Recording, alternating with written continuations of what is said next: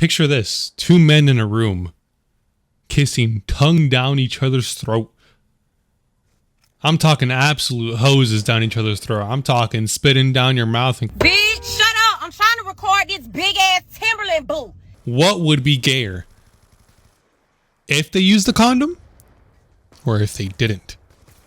Now I'm going to let that simmer in your old mindset here for these next couple of minutes while I talk to you about how Black Ops 2 saved my life.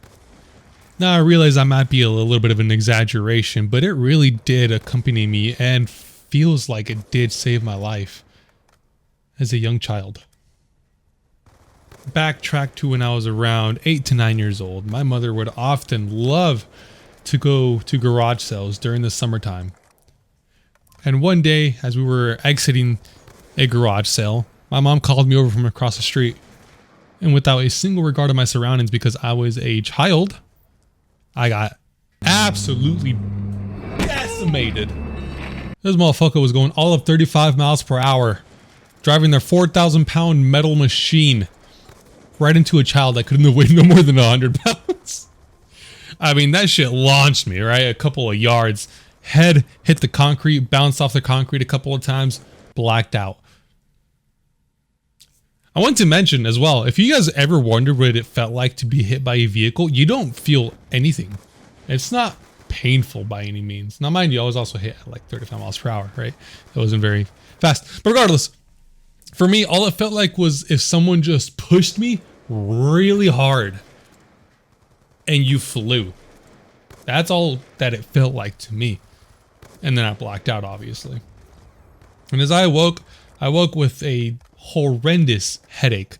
And I also felt really sleepy. To which I realized now I had a concussion. At the time I didn't realize. I was like, Mom, I want to sleep. She's like, bitch, shut the hell up. Stay the fuck awake. Thanks, Mom. You fucking saved me. But anyway, they took me to the hospital, put me through the scanner, made sure that everything was okay with me. And at the time it looked to be okay. I didn't need to get any stitches. Nothing. It just almost seemed like a miracle, really. Within that same span of that year, I started getting these frequent, what I know them now as panic attacks. Now, I didn't realize what they were at the time. I had a hard time articulating because in these panic attacks, what I would experience almost like a tunnel vision, almost as if I was observing myself from a third-person perspective and nothing around me felt real. And the symptoms I was feeling was depersonalization and derealization. Obviously, at the time, as a child, I didn't know what it was. So I then developed a panic disorder. I was scared to have a panic attack because within these panic attacks, it was something inexplicable, something I couldn't explain, something that I couldn't wrap my head around and understand as a child. So it scared the ever living shit out of me. And oftentimes I would awake in the middle of the night crying because within my dreams, I would get a panic attack. I would start to feel the symptoms of derealization and depersonalization within my dreams to then I would panic out of my sleep, awake, and into a panic attack. I'd be so scared that I would run to my mother and just scream. I mean, I didn't know what I was experiencing.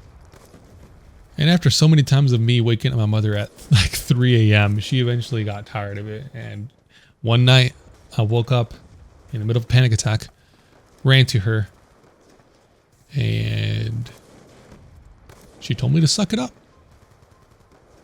She told me to suck it up and stop being a little bitch, basically.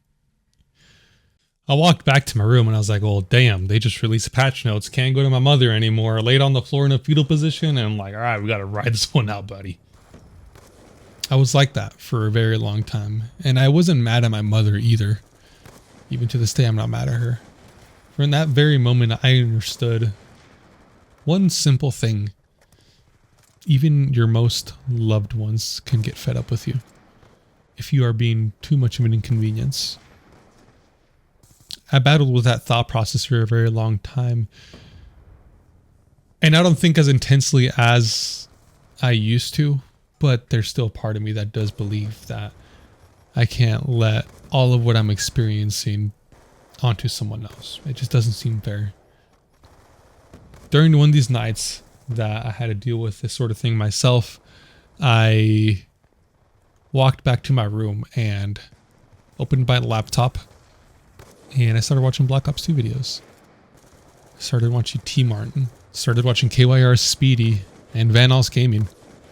And for some odd reason, not an odd reason really, but it would slowly bring me out of a panic attack and into a relaxed state whenever I would watch these videos, specifically of Black Ops 2. It didn't matter which content creator it was. It didn't matter who was talking over the gameplay. It didn't matter if there was anyone talking at all. As long as there was some Black Ops 2 playing in front of me, I felt like everything was okay. And I feel like that plays a huge part and a huge reason as to why I think Black Ops 2 to this day will always and forever be my favorite game of all time. I mean, I sunk like 42. I mean, I kid you not. I sunk 42 days of my life into that game. I don't know if you knew this, but Black Ops 2 that doesn't take into account the time that you played in private matches, the time that you played in zombies, or the time that you spent in lobbies. It only counted the time that you spent in public lobbies. I spent 42 days just playing Black Ops 2 because it meant that much to me, and I found it so stimulating and entertaining. So Black Ops 2 will always hold a very special place in my heart. It helped me get through the darkest times as a child when others couldn't help. And I will thank Black Ops 2 for that forever. Well, anyway, it's definitely a lot gayer to fuck with a condom. Now let me tell you why. All right, let me tell you why. If you have a man in front of you, back bent in with your pussy barely peeking through from a low angle with your face in it, winking with your tongue out and your feet in it, and your arches exposed and your toes clenched and your torso at 3/4 rotation with your side boob, and your nipples just out of sight with a choker on, and your panties around your waist with the middle pulled to the side, and your hands through the sides of the panties lifting them upward as your cheeks are, and you actively look at this man's booty hole and you go, oh, hold on, I can't go in just yet. You gotta like reach into your old pocket, pull out a condom, right? Look at the condom. You gotta rip the condom open. You then have to unwind this condom, put it on your steel hard cock as you're thinking about all this, wrap it around your cock, and then go, okay, now I can safely have sex with this man. All right? You had more than enough time to be like, yeah, what's going on here? What am I doing? This isn't an in the heat moment. You had all the time in the world to decide to not do that, and you still did. Case closed. It is gayer to fuck a man with a condom. Thank you guys for watching, and we'll see you later. Love you.